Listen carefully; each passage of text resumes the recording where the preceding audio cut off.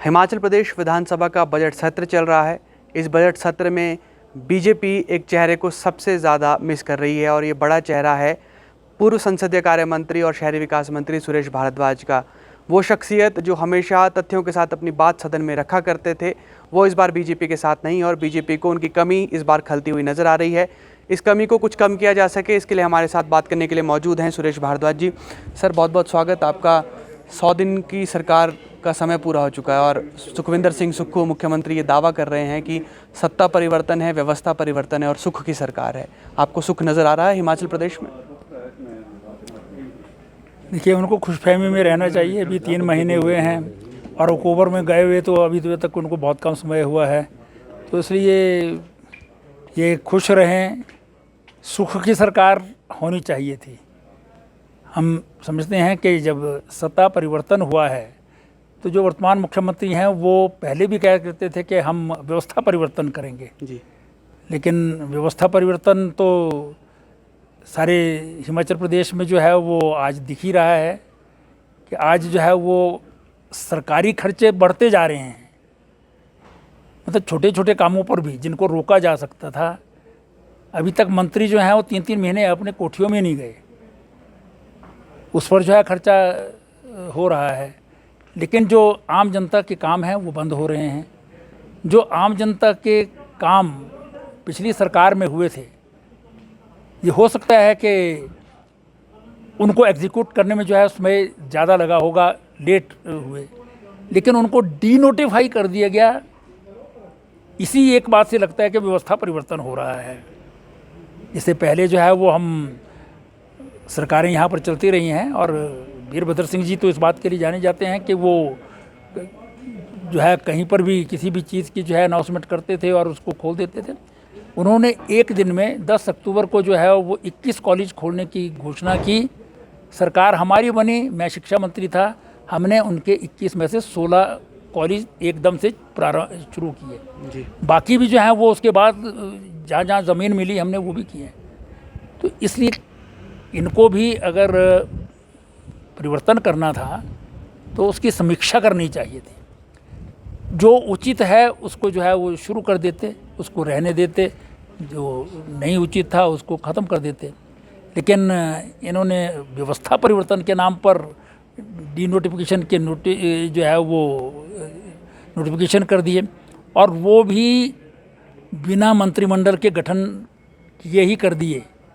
मंत्रिमंडल एक से ज़्यादा मंत्री हों तो मंत्रिमंडल हो जाता है, लेकिन उनकी भी 2 आदमियों की बैठक नहीं होती थी। एग्जेक्टिव ऑर्डर से ही कर दिए, बाद में जो है वो लिपापोती करके उसको जो है मंत्रिमंडल का जो है वो जामा पहना दिया। तो व्यवस्था परिवर्तन का अर्थ ये नहीं होता है कि आप रूल्स, रेगुलेशंस, एक्ट या जो संविधान है उससे बाहर जा कर के आप कोई काम करें। उसके भीतर रह कर के आप कोई ठीक व्यवस्था करना चाहते हैं। आपने जो है वो रिसोर्सेज बढ़ाने के लिए एक वाटर रिसोर्स का जो है प्रोविज़न लाया। हालांकि आज नया नहीं है, ये शांता कुमार जी के समय से जो है ये चल रहा है। जनरेशन टैक्स और वाटर सेस जो है वो पानी पर लगे, लेकिन ये बहुत सारे आर्गू होता रहा है। आपने लाया है, ये स्वागत योग्य कदम है, लेकिन बाकी सारी चीज़ें जो है वो खर्चों पर कोई कंट्रोल नहीं है। आपकी जो सरकार चल रही है उसमें कौन डिसीज़न लेने वाला है यही किसी को मालूम नहीं है। आप अनकॉन्स्टिट्यूशनल काम जो है वो अपने मंत्रिमंडल 12 आदमियों का होना चाहिए, उसमें तो आप पूरा 12 आदमी चुन नहीं सके। आपने जो है वो अपने एडवाइज़र्स की जो है वो लाइन लगा दी है और सब कैबिनेट रैंक के साथ लगा रहे हैं जी। और इसी प्रकार से जो है आप CPS बना रहे हैं। ये सब कॉन्स्टिट्यूशन से बाहर है, ये एक व्यवस्था परिवर्तन नहीं है। ये तो आप जो है वो अनकॉन्स्टिट्यूशनल काम कर रहे हैं, जिसके लिए जो है वो जनता, मैं समझता हूँ कि हिमाचल प्रदेश की समझती है और इस बात को जो है वो मानती है कि ये व्यवस्था परिवर्तन नहीं है। ये सुख की सरकार नहीं, ये दुख की सरकार है। क्योंकि आप आते ही वैट जो है वो डीजल पर से जो है वो उसको बढ़ा देते हैं, उससे सब चीज़ें जो है महंगी होंगी जी। इसी प्रकार से आपने जो तेल सस्ता मिलता था डिपो में, उसका पैसा आपने जो है वो 10 रुपये और ज़्यादा बढ़ा दिया है। और आज ही खबर थी कि भी आपने जो है वो राशन में जो चावल और आटा मिलता था उसकी भी आपने जो है वो कम कर दी है क्वांटिटी। तो आम जनता का काम नहीं हो रहा है। इसलिए जो है वो व्यवस्था परिवर्तन का अर्थ तो ये है कि भी आम जनता सुखी हो, तभी जो है वो सुख की सरकार हो सकती है। नाम मात्र से सुख की सरकार कह देने से सुख की सरकार नहीं हो सकती। आप सदन में लगातार विधायकों के अधिकारों के संरक्षण की बात करते रहे। विधायकों का एक अधिकार विधायक निधि पर भी है। आखिरी जो किश्त अब तक जारी नहीं हो सकी है, सदन में भी खूब बीजेपी ने मुद्दा उठाया। आपको लगता है कि विधायकों की विधायक निधि रोककर उनके अधिकार छीने जा रहे हैं, जो शक्ति है विधायकों की उसे कम करने का काम हो रहा है यहाँ पर? देखिए, विधायक निधि जो है वो शक्ति का प्रश्न नहीं है। ये विधायक निधि इसलिए जो है विधायकों को दी गई थी कि विधायक से उम्मीद होती है आम जनता की, जो चुन करके उनको भेजते हैं, तो बहुत छोटे छोटे काम होते हैं जिसके लिए बजट प्रोविज़न नहीं हो पाता है जी। कि आपके जो है बजट में होगा, फिर उसमें टेंडर होंगे, एक्शन करेगा, एक्सडीओ करेगा, जेई करेगा। ये छोटे छोटे काम के लिए जो है वो विधायक कहीं जाता है, वो अपनी विजडम से उस काम को करने के लिए जो है वो पैसा मंजूर करता है। काम सरकारी अधिकारी ही करते हैं उसमें, और वो पैसा भी डीसी के पास ही रहता है। डीसी को चिट्ठी लिखता है एमएलए, और उसके बाद वो पैसा जो है वो जनता के काम के लिए यूज़ होता है। लेकिन जल्दी काम हो जाता है, और वो काम हो जाता है जो शायद बजटरी प्रोविज़न से या बाकी कामों से जो है नहीं हो सकता है। इसलिए मैं समझता हूँ कि ये विधायक निधि जो है विधायकों को मिलनी चाहिए, ताकि वो काम जो है वो अपने क्षेत्र में उससे कर सकें। ये शक्ति का सवाल नहीं है इसमें। शक्ति तो विधायक रहेगा ही रहेगा। उसके पास इस एमएलए फंड से जो है वो अपने लिए यूज़ नहीं कर सकता, उसको अलग से पे मिलती है। तो इसको तो जनता के का काम है, ये तो जनता को मिलना ही चाहिए। इस प्रकार के विधायकों की, देखिए, विधायक जनता के बीच में चुन कर के आता है, 5 साल के लिए चुन कर के आता है, और जितना मर्जी काम कर ले, सुबह से शाम तक, रात तक, दिन तक, लेकिन जनता की आशाओं पर, आकांक्षाओं पर खरा कैसे उतर पाएगा, ये शायद आज तक जो है कोई भी इस बात को बहुत अच्छे प्रकार से जान नहीं पाया है। लेकिन उसको जो है वो काम करने की सुविधा तो मिलनी चाहिए। उसको जो है वो अब अधिकारी हैं, जो अधिकारी पहले थे, पहले की सरकार में थे, वही अधिकारी आज भी हैं। मेरी अधिकारियों से जो नियम वगैरह बदल रहे हैं, वो उनसे बात होते थे, बोलते जी पहले आप बोलते थे कि ऐसा करना है तो अब ये करते थे, अब ये बोलते हैं ऐसा करना है तो हम ये दूसरी तरफ बदल देते हैं। तो उसमें विधायक जो है वो प्रोटोकॉल में चीफ सेक्रेटरी से ऊपर का रैंक रखता है, एमपी कैबिनेट सेक्रेटरी से ऊपर का रुतबा रखता है। उनको जो है कोई हम गाड़ी नहीं देते हैं, एसडीएम को तो गाड़ी देते हैं हम जी।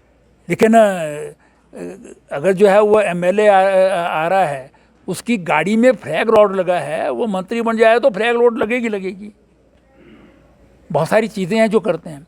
लेकिन जो चलान करने वाले लोग हैं, वो अपने आप जो है वो कुछ भी अपनी गाड़ी पर लगा रखें, उसका कोई चलान नहीं होगा।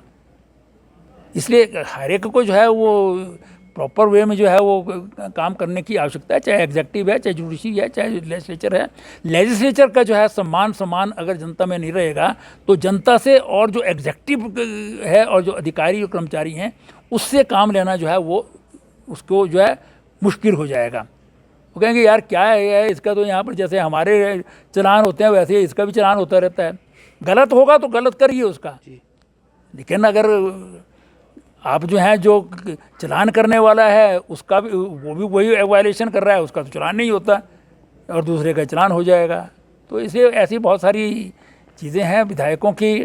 मैं समझता हूँ कि जो उनकी प्रिविलेजेस हैं वो मेंटेन होनी चाहिए, क्योंकि तभी वो जनता का काम जो है कर्मचारियों अधिकारियों से करा सकेंगे।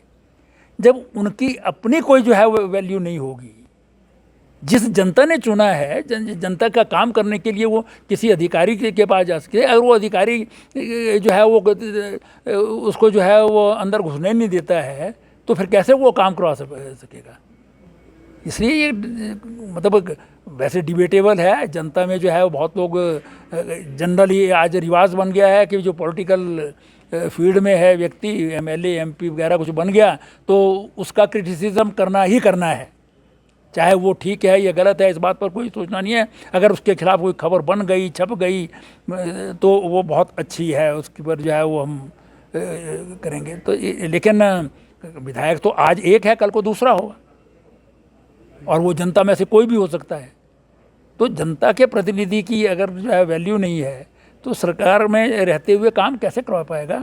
इसलिए मैं विधायकों के प्रिविलेजेस, अधिकार, कर्तव्य भी उसके साथ होते हैं, वो करता ही करता है। तो उस पर जो है वो हमको प्रॉपरली उस पर विचार करना चाहिए, डिफाइन करना चाहिए कि क्या प्रिविलेजेस होंगे, उसके अनुसार से जो है वो काम हो। हिमाचल प्रदेश विधानसभा चुनाव से पहले बीजेपी ने मिशन रिपीट का नारा दिया था, दावा किया था कि सरकार इस बार रिपीट करेगी और रिवाज बदलेगा। अब नगर निगम शिमला के चुनाव आ रहे हैं। 2017 में बीजेपी को मेयर, डिप्टी मेयर मिले, लंबे संघर्ष के बाद सबसे पहले। लग रहा है आपको कि जो मिशन रिपीट विधानसभा में नहीं हो सका वो नगर निगम शिमला में कर पाएगी भाजपा? देखिए, तो पार्टी जो है वो किस प्रकार से ऑपरेट करती है, काम करती है, उस पर निर्भर करेगा। और जनता जो है वो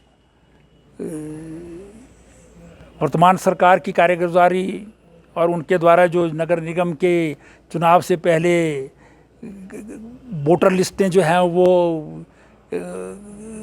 आप जो है वो फर्जी वोट बनाने की प्रक्रिया शुरू कर रहे हैं, रोस्टर जो है वो आप अनकॉन्स्टिट्यूशनली बदल रहे हैं। इस प्रकार जो उनकी दिखाई देता है कि भी उनको अपने आप पर ही विश्वास नहीं है कि हम जीत पाएंगे या नहीं जीत पाएंगे। लेकिन अगर पार्टी जो है वो ठीक प्रकार से लड़ती है तो मैं समझता हूँ कि भारतीय जनता पार्टी आज भी नगर निगम जीत सकती है। आप वो चेहरा है जिन्होंने स्कूली छात्र राजनीति के वक्त से ही शिमला की छोटी छोटी बातों को जाना। आप शिमला के एक एक व्यक्ति को जो है नाम से पहचानते हैं। लेकिन जब नगर निगम शिमला चुनाव में प्रभारी बनाने की बात आई तो सुखराम चौधरी को ये मौका दिया गया और आपको उसमें सदस्य के तौर पर शामिल किया गया है। क्या वजह है विधानसभा चुनाव में भी अनदेखी हुई और अब नगर निगम में भी? ये पार्टी के जो नेता हैं उनसे आप पूछ सकते हैं, वही इस पर जो है वो बताएंगे। सर, इसके अलावा विधानसभा चुनाव से पहले 2 मंत्रियों का टिकट शिफ्ट किए गए, एक आपका और एक दूसरा राकेश पठानिया जी का। और आप जीवन में कभी चुनाव नहीं आ रहे थे और टिकट आवंटन से ठीक पहले आपको सुबह फ़ोन आता है और आपको कहा जाता है कि अब आपकी सीट बदली जाएगी। आपने तो पार्टी की सिपाही की तरह इसमें इनकार नहीं किया और आप चुनाव लड़ने के लिए वहाँ पर गए।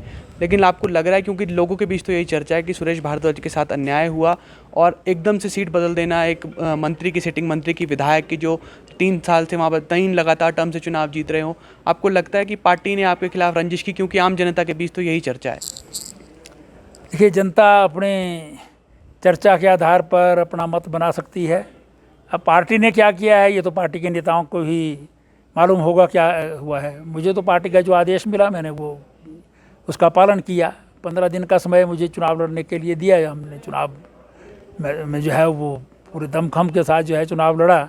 जनता का जो वर्डिक्ट था वो वर्डिक्ट भी हमने स्वीकार किया, क्योंकि कुसुम्पटी विधानसभा क्षेत्र पिछले 20 साल से कांग्रेस जीतती आ रही थी। जब मैंने चुनाव लड़ने के लिए जो है वो वहाँ पर जो है वो जाना स्वीकार किया तो कुसुम्पटी का आधे से ज़्यादा क्षेत्र तो मैं जानता ही नहीं था, मैं कभी गया ही नहीं था जी। दूर दराज के गांव जो हैं सिरमौर के तक लगते हैं उनमें कभी। और पर इलेक्शन लास्ट मिनट में जो है वो मैनेजमेंट का सवाल होता है, तो जो व्यक्ति जहाँ से चुनाव लड़ता है उसने वहाँ अपनी मैनेजमेंट की होती है। वहाँ पर जो है वो हमने उस ढंग से जो है वो मैनेज नहीं किया था, इसलिए जनता ने जो वर्डिक्ट दिया है उसे हमने स्वीकार किया। एक चर्चा ये भी रही कि मैनेजमेंट तो संगठन में भी हुआ, कुछ विशेष अधिकारी जो शीट्स पर बैठे हैं भाजपा के संगठन में, उन्होंने आपके खिलाफ साजिश रची और आपको एक साजिश के तहत अचानक से सीट बदल कर भेजा गया। सिर्फ 2 ही मंत्रियों को शिकार बनाया गया और दोनों ही मंत्रियों को अपनी सीट गंवानी पड़ी। देखिए, अगर किस जो है वो जीत जाते शिमला से तो हम मान सकते थे कि भी अच्छाई के लिए किया है। लेकिन अब क्यों बदला गया मैं इस बारे में कुछ भी नहीं कह सकता हूँ, क्योंकि पार्टी का जो है वो जो मैंडेट मिला कि भी आप कुसुम्पटी से लड़ो, हमने एक्सेप्ट किया।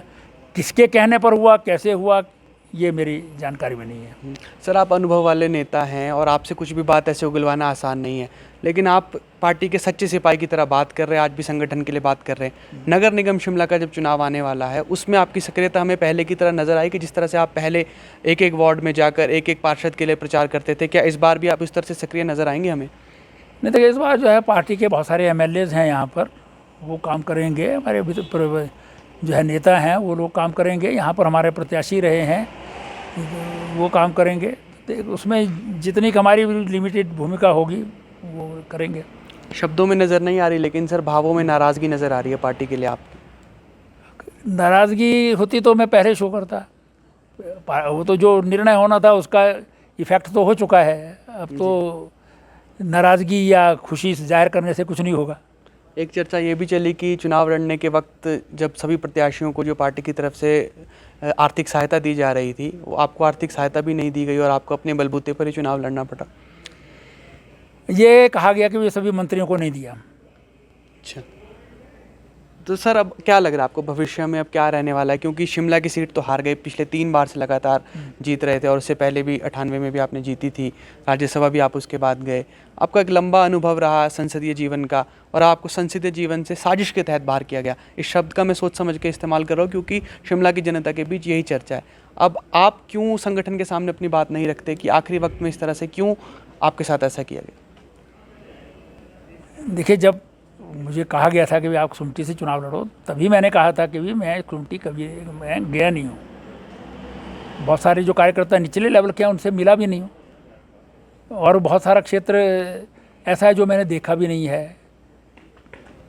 लेकिन उस वक्त जो है उन्होंने कहा कि नहीं, पार्टी का ये निर्णय है, आप वहाँ से चुनाव लड़िए।